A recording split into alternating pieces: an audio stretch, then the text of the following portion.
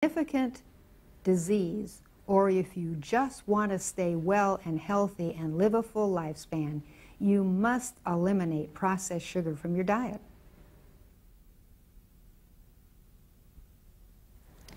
One of the elements of your nutrition that you probably haven't thought about is air. Oxygen makes up the largest part of your body. Sunlight electrifies the air. It causes an increase in the negative ions.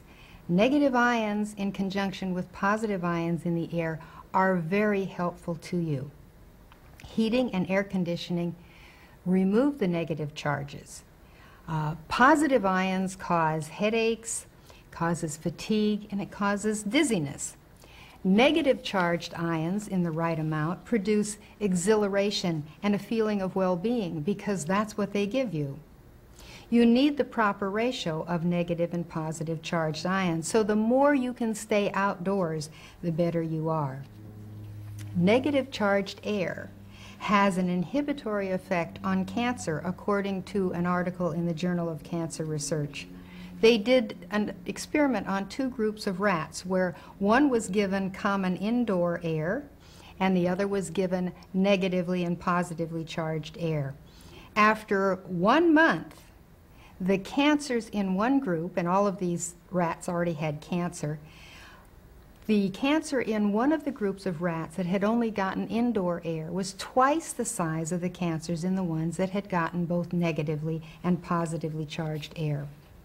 Negatively charged air decreases your respiratory rate, it decreases your blood pressure, it has many, many positive effects. We are living in an atmosphere now that seems to contain about half of the oxygen that it did thousands of years ago. They have found air bubbles, geologists have, in rocks that have been confined from many thousands of years ago, and found that our ancestors way back had double the amount of oxygen in the atmosphere that we do. So when you stay indoors and you're in buildings where you have windows that don't open, it makes you sick. Oxygen concentration in a healthy human body is actually 3 times that found in the air. So you have to breathe in pure, clear air constantly in order to get proper oxygen. Good health and well-being depend on maximum utilization of your oxygen. Your oxygen is needed for your red blood cells to carry it around to your body, and you need to know that foods contain oxygen.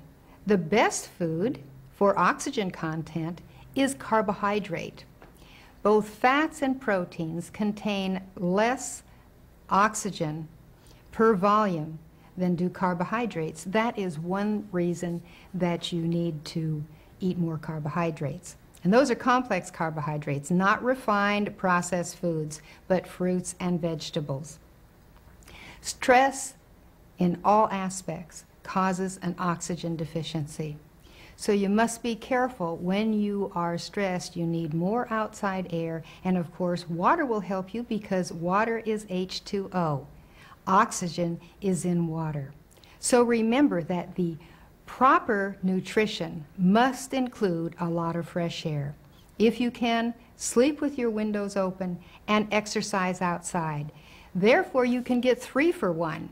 You get your exercise, you do it in the sunlight, and you do it outdoors in the fresh air.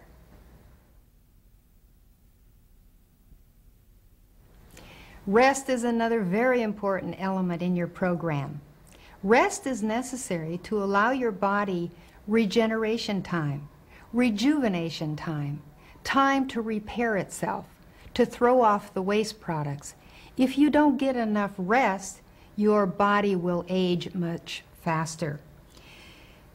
The sleep before midnight is very important. You say, well, I can go to bed at midnight and get up at 8, and I still get my 8 hours. But your body is regulated by the light-dark cycle, and the hormones that are produced in your body are directly related to this dark-light cycle. So when you spend more time up and less time down during the nighttime, you will throw off what we call your circadian rhythm, or the rhythm of this hormone production in your body. Factors that decrease your chance of getting a good night's sleep are large evening meals, heavy foods, late night snacks, too much fat or protein in your evening meal, and of course stimulants such as coffee or caffeine-containing beverages.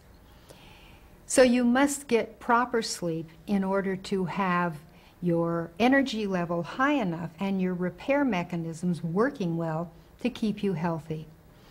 Digestion takes energy, so you cannot eat late at night and expect to have rejuvenation and repair occurring when your body is spending all of its energy digesting your food. A fundamental requirement for a healthy, normal life, one that is free from disease, is the proper amount of rest at the proper time of night.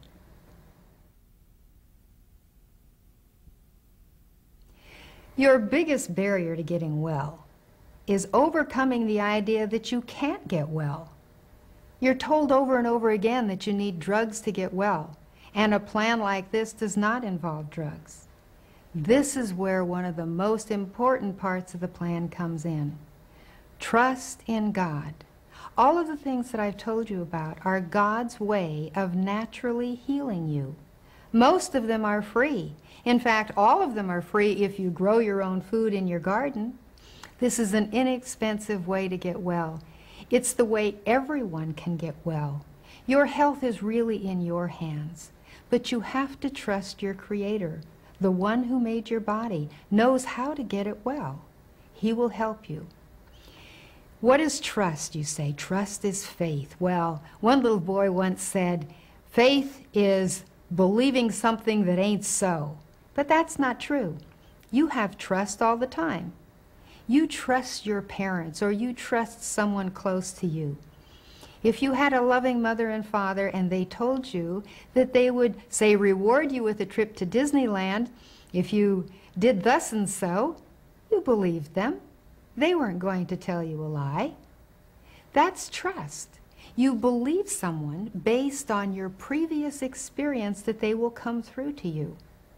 That's the way you learn to trust God. But you must learn to know God before you trust Him.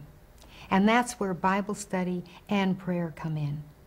Do you know that there are lots and lots of prayer promises in the Bible? I'll read you some. This is from Exodus 15:26. I am the Lord who heals you. And from Exodus 23:25 and 26, it says, worship the Lord your God, and His blessing will be on your food and water. I will take away sickness from among you. I will give you a full lifespan. Psalms 103:2 and 3. Praise the Lord, O my soul, and forget not all His benefits. He forgives all my sins and heals all my diseases. I can tell you, when I was at my sickest, I hung on to these prayer promises. I asked the Lord to lead me to the information that would heal me.